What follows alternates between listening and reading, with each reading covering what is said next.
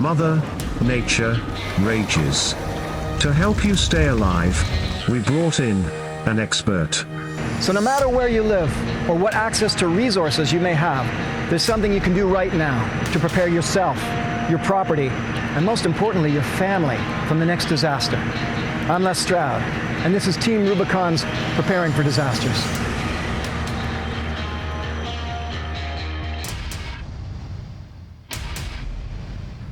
When you return to your home, you return to a scene of utter devastation. It can be very daunting to know what to do next, but there are things that you can do, and you can be safe about it. I'm in the field right now with Team Rubicon, disaster response experts. We're in Louisiana, helping people recover from Hurricane Ida. It's never easy. In fact, the road is usually very long and arduous, but you're not alone. Let's go make sure you're safe to approach your home.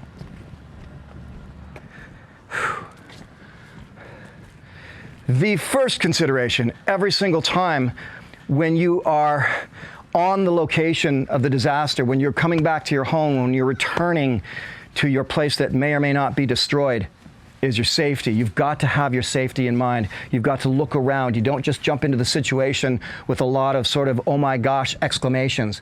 In the volunteer fire department, I used to say, gas, glass, fire, wire. It was a statement that we had, a saying that we would always recite in our heads when we showed up somewhere. Gas, glass, fire, wire. So what do I mean by that?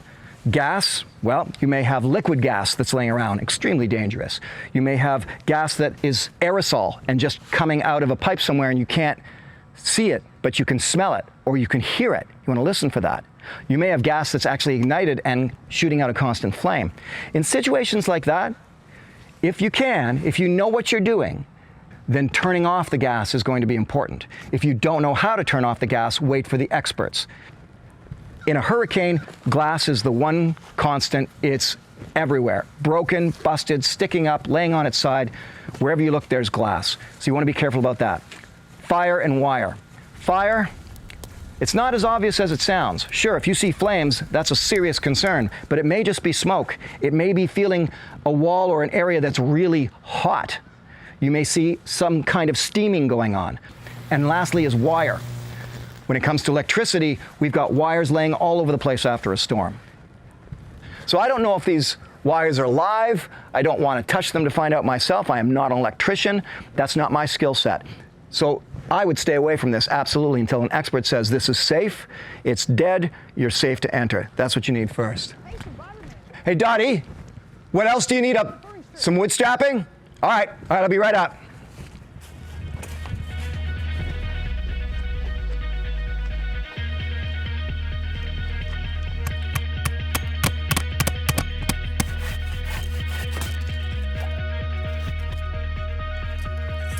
This is the tarping team at Team Rubicon's specialty.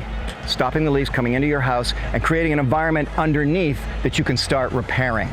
You can't repair what's down below until you fix what's up above, and that's what this team is here doing now. What's down on the road there was once inside this house. It was clean, it was dry, it was used for life. These are beds people slept on, couches they sat on, TVs they watched, food they ate. It's now out all on that road. Let's go take a look inside.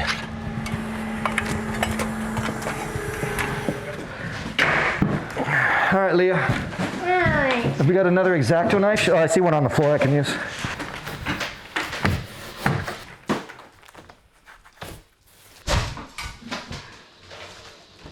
The storms come through, you're at work, and you see the devastation that it's doing around you. And at work, and everything's, signs are blowing everywhere. You know, well, what's going on at the house? And you can't get back here for 2 days. Y'all are in here getting everything started, so it gives you the little hope of, hey, look, something's starting and it's going in the right direction. Onwards. Team Rubicon is here to help these people out in a time of need. And we're here for free. There's no charge to this. There are others who have other agendas. They may show up as official contractors, as service providers. They may show up as organizations who seek to help you after a disaster. But if they're asking money for upfront, if they're looking for you to sign a check, be very, very careful in a situation like this. They may be out to take advantage of you. It happens all the time. We call them scammers. Let me show you what I mean. A man pulled up in a Surf Pro truck, and he said, Miss Rose, we're gonna take care of you. Well, days went by, and no one came to work on the house. A lady that is the associate told me that I had to pay her $7,300. And she said if I did not pay her, that they weren't gonna come in my house at all. I was desperate, I really was. I didn't know what to do. So I sat down and I wrote the check out to her. From that point down, it was downhill.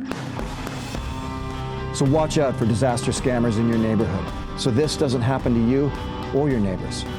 If you need assistance after a major natural disaster, call the Crisis Cleanup Hotline so they can connect you with volunteers from local relief agencies like Team Rubicon.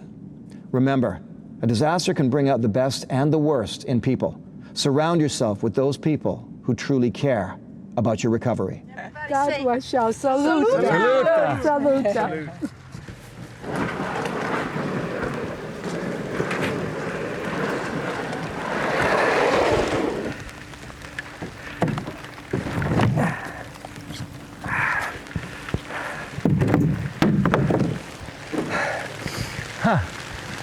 Well, for the most part, the storm is over.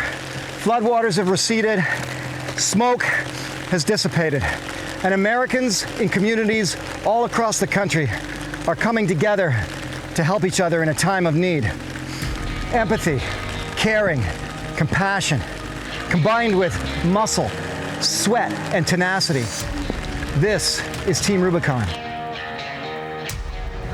We've got some work to do.